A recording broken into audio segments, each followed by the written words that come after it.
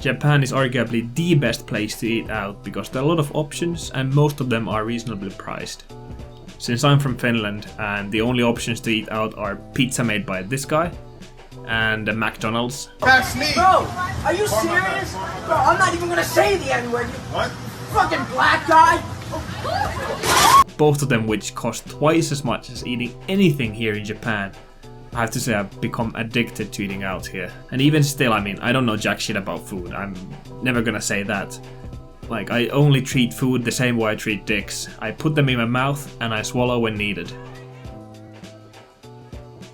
When you go to a chain restaurant, there's no chef.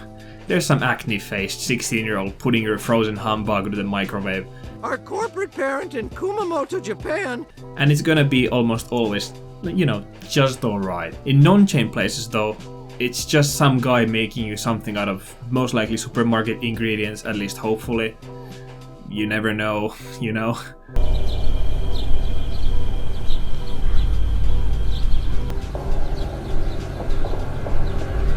And who knows how it comes out.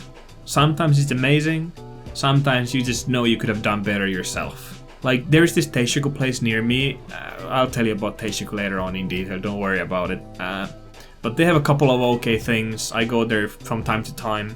But one time I was feeling a bit adventurous and decided to order a chicken katsu. And that thing was dry as hell. And I really had to fight to get this thing like down my throat.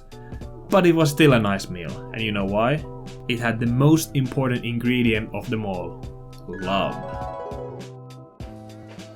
So if you're at the hotel, if you're at home, whenever, just open up Google Maps or like before going to sleep, whatever, before the next day, or just if you're having downtime, look for a couple places to go. That's good shit. So Google is obviously your friend when looking for anything. Japanese use this site called Tabehoudai, Tabelog, I guess, for English speakers. And it's all in Japanese, but I believe Google Translate should be enough to help you out how to use it.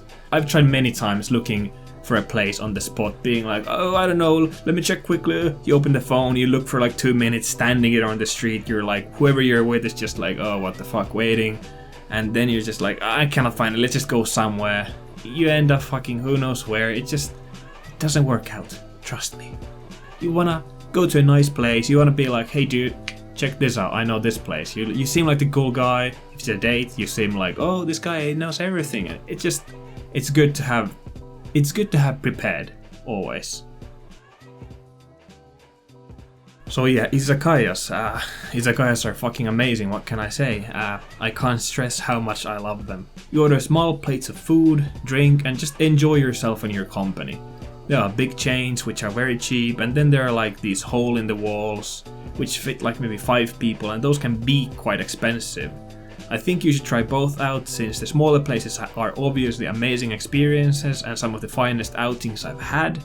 Talking to the other people in the store and with the chef and just eating nice shit, it's so good. The chains food is alright, but at least the drinks are super cheap, so just get hammered with your buddies and don't miss out on the last train. Cheap chains with eating yourself about full and, you know, drinking quite a bit cost about maybe 3,000 to 4,000 yen, so around 13,000 Zimbabwe dollars, and the smaller places can cost around 8,000 yen, so half a year's worth of RuneScape subscription about.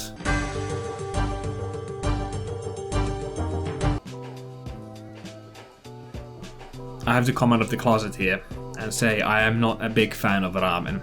Even though, looking at me, you wouldn't guess that I'm health conscious, but the oil and the carbohydrates are still scary for me. Since it's everywhere, I feel like most places can be quite mediocre, but when it's good, it's fucking good. So, if you can, try to look out for a place that specializes in something so you can just not get the generic shit. What I do, which I know is rare, is that I also top off my ramen with a lot of shit, so I order the extra chashu, extra egg, extra everything, and like that way I can at least get some protein in it. So I don't feel like I'm just eating like a madman of like half a kilo of noodles. There are many types of ramen, so you obviously are not gonna have enough time to eat all of them, but my advice would be to just try 2 which are shio and tonkotsu. Shio is like more light and suits maybe for like a lunch, and tonkotsu is that heavy shit you want after drinking to feel like shit the next day. But it tastes amazing when you're eating it, so don't worry about it. There's so many noodle stuff. There's soba, udon, tsukemen, yakisoba, and all that, which I know very little about. But what I do know is that out of all of those, soba might be the most traditional Japanese noodle dish. I mean, you can fight me on that if you want, I don't care.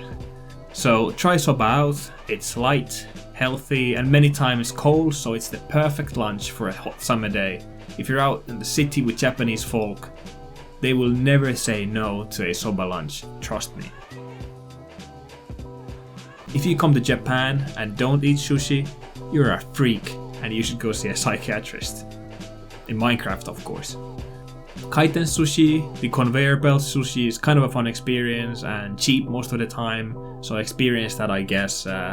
My belief is that the taste and freshness is very much linked to the price of the sushi, so if you haven't already blown all your money out on soap plants and trash from Akihabara, go to a place that is not Sushiro or Hamasushi, like the big cheap chains.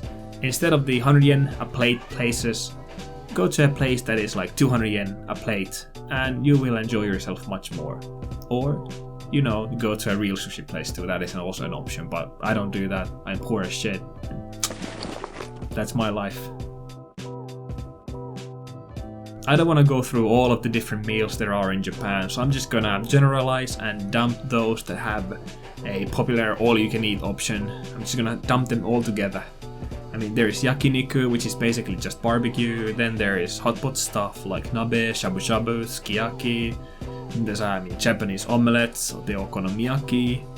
I hate it when you go out and you kind of have to have a plan for the whole evening, because you're with someone who you cannot just casually hang out and do nothing. Maybe it's a first date, maybe it's a new friend, who knows, or someone just who like, oh, what are we gonna do next? You're like, I don't fucking know, let's just, chill. What the fuck? So this Tabehoudai, they're a savior in this, and it's just nice to sit down and take it easy and eat in peace, because like in many ramen places, there can be people literally right behind you, breathing in your neck, waiting for their turn to eat, and it's just so fucking stressful to try and down that 3,000 calories of oil as fast as you can, because you don't want to make the salaryman behind you and wait your stupid foreign ass, you know?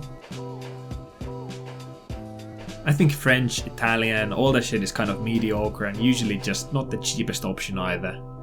Not that everything has to be cheap, but you don't want to spend money on shit. At least, hopefully, maybe. I'm not saying there isn't good stuff out there, but I'm not joking when I say that like a shitty Domino's pizza can cost up to $40. I mean, look at this shit. And that's not Zimbabwe dollars, that's prime American petrol currency. Just, be brave out there. I mean, I know it can be hard out there. You don't know where to enter, what to do when you enter, you don't speak Japanese, you can't read the menu, how do I pay, what do I pay with? They don't care. To them, you're just another fucking idiot traveler like the rest of them.